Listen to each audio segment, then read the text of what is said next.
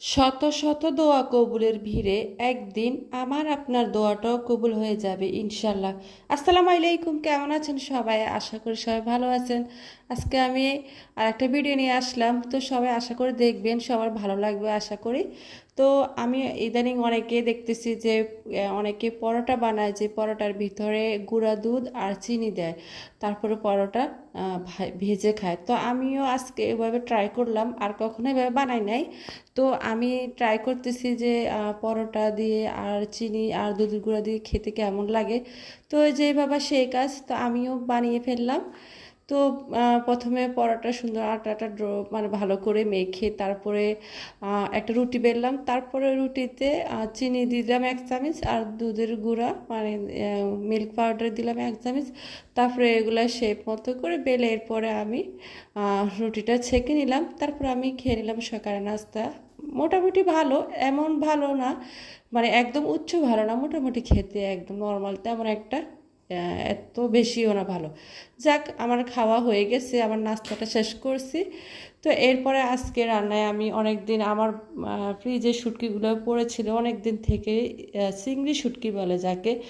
তো ভাবলাম যে এগুলো যেহেতু খাওয়া হয় না অনেক দিন, তো এগুলো খেয়ে ফেলে না, নষ্ট হয়ে যাবে। তো যেভাবে সেই কাছে এগুলো, তো আমি এগুলো অনেকক্ষণ ভিজিয়ে এগুলো ভালো করে ধুয়ে পরিষ্কার করেছি। আসলে এই চিংড়ির শুটকির ভিতরে কিন্তু অনেক বালু থাকে, এগুলো অনেক ভালো করে পরিষ্কার করতে হয়। যত ধুবেন ততই বালু বের হবে। এরপর বলছি আর কখনো এই শুটকিটা আনবো না, এত বালু থাকে এটার ভিতরে। তো আমি মনে হয় 100 বার ধুইছি।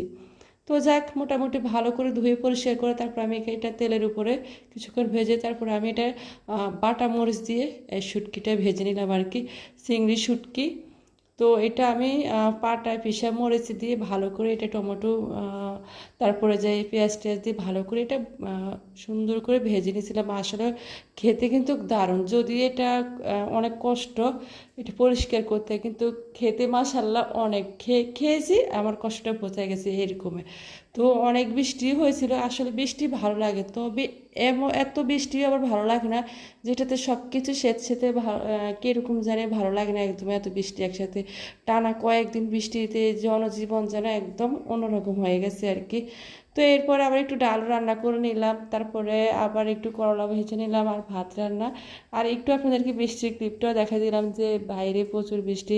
নোয়াখালীতে কিন্তু 4-5 দিন থেকে অনেক বৃষ্টি হয়েছে, আর এখনও আজকে আবার বিকেল থেকে মোটামুটি ভালো আছে। এই কয়েকদিন অনেক খুবই একটা হ্যাসেলের বিষয় গেছে আর কি। তো সাথে একটা ডিমও ভেজে নিলাম, যে শুটকি খাবে না তার জন্য ডিম।